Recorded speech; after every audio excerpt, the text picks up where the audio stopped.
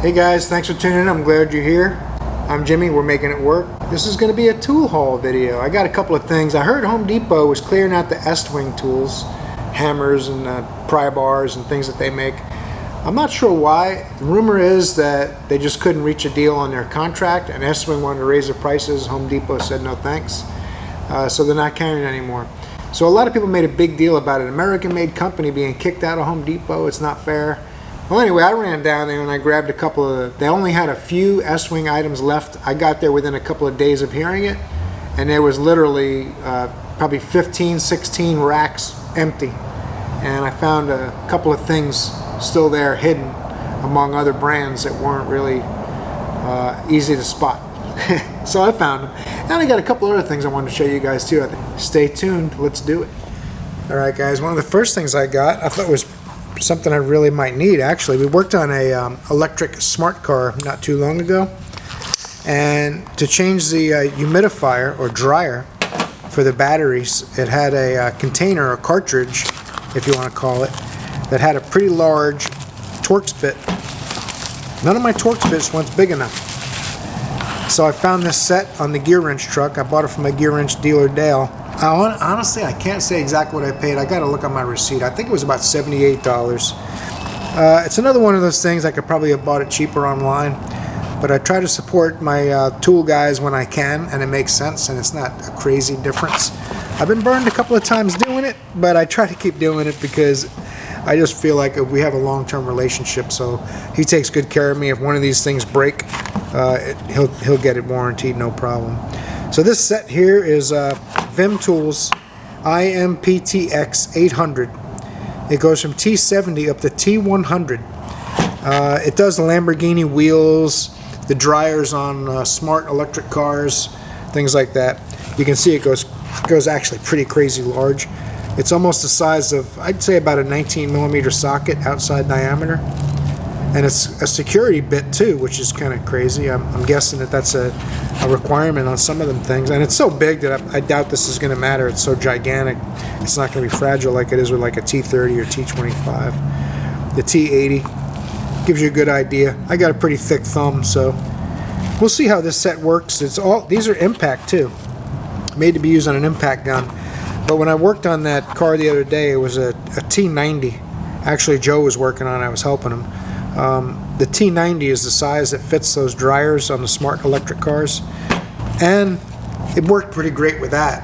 I'm thinking you could probably just use a screwdriver or something like that, but you might butcher up the fitting and make a mess out of things, so it's better to have the right tool for the job, especially when something like this, who knows what it would cost on one of the tool trucks, the big three.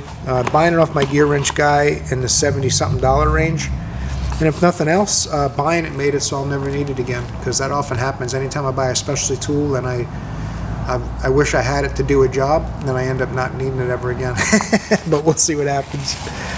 Oh, I got another cool tool that's technically not a tool, but although I use this is a Magnum, Boker Magnum semi-automatic knife. You use the button to open it and to lock it, spring-loaded.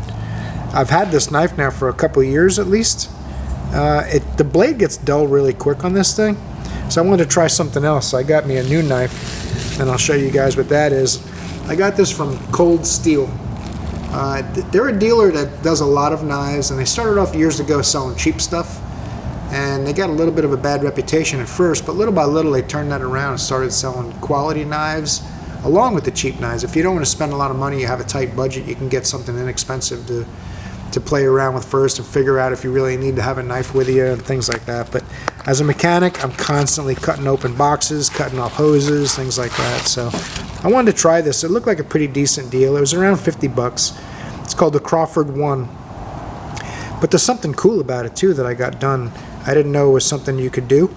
I had him print Jimmy Making It Work on the knife.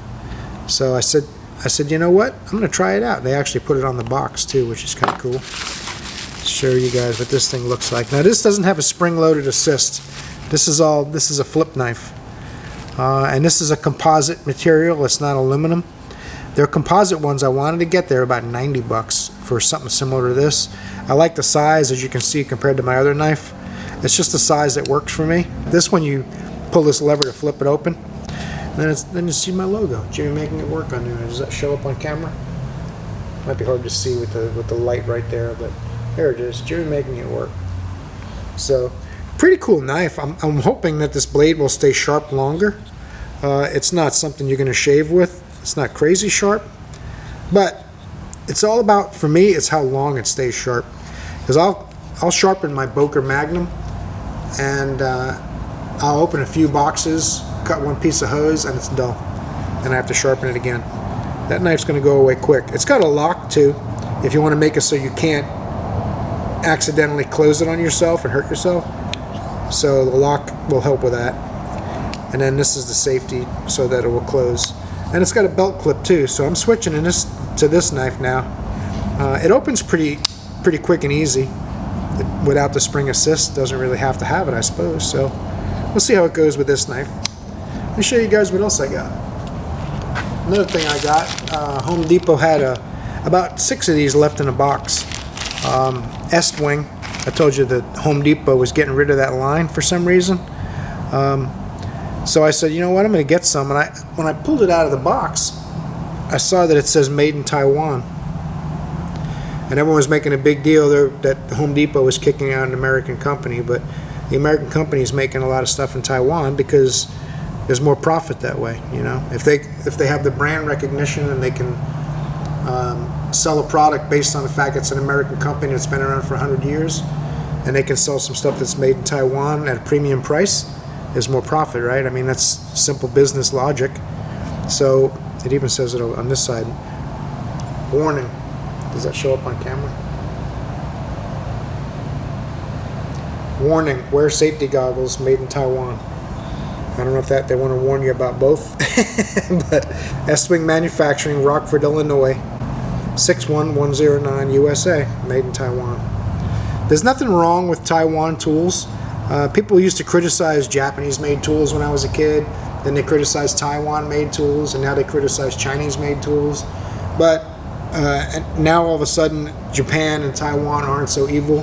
When I was a kid, it was terrible. If someone bought a Japanese car, people would ridicule them pretty relentlessly, especially when I was in school. But nowadays, it's getting more mainstream now to be from Taiwan is okay, or Japan is okay. Everyone says, oh, those tools are good, they're from Japan or Taiwan. If it was China, it would be horrible. But I don't know what the difference would really be. It's all about the metallurgy, the use. This is a destruction bar, you know, for pulling up flooring or pulling molding off. And I can use this in the auto repair shop as well. There's a whole bunch of things you could pry on and use to remove this thing. I'm wondering if it might do like a tie rod end, or it'll definitely pull sway bar links. Fast and Furious, bro. It'll have all kinds of uses. We'll come up with some stuff for it. If I don't come up with things to use it for at the shop, I'll use it at home. I just built a new wall unit for my wife at home last Sunday, so I didn't really get to do any work on the truck. I've been working on it at night. This is the kind of destruction bar that would work for home. Taking down things that you don't like anymore and you're going to upgrade them, right? That's what this bar is made for, pulling things up, tile or wood flooring or molding or whatever. So. Now I got something else too that I thought was pretty cool. The last one they had, we were just about getting ready to leave the store, and Paul's like, is that an Estwing sledgehammer over there? I said, well, I don't really need a sledgehammer, but I'll get it. Can I tell you, by the way, what this cost? It was $7. It was normally like 24 bucks. It was $7. So, hammer kind of a similar deal. I bought this Estwing sledgehammer. It's a 4-pound sledgehammer. It definitely looks like a well-made hammer to me. I mean, I like my Icon hammers too. Some people were criticizing those, saying it was junk, but I've had good luck with those hammers as well. So I can't imagine this being a problem. But this is also made in Taiwan. Whether that's good or bad, it's not a big concern to me. If I was a tool manufacturer, I'd probably be doing everything I could to compete, and that's basically what they're doing. So the handle feels really nice on this thing, regardless of where it's made.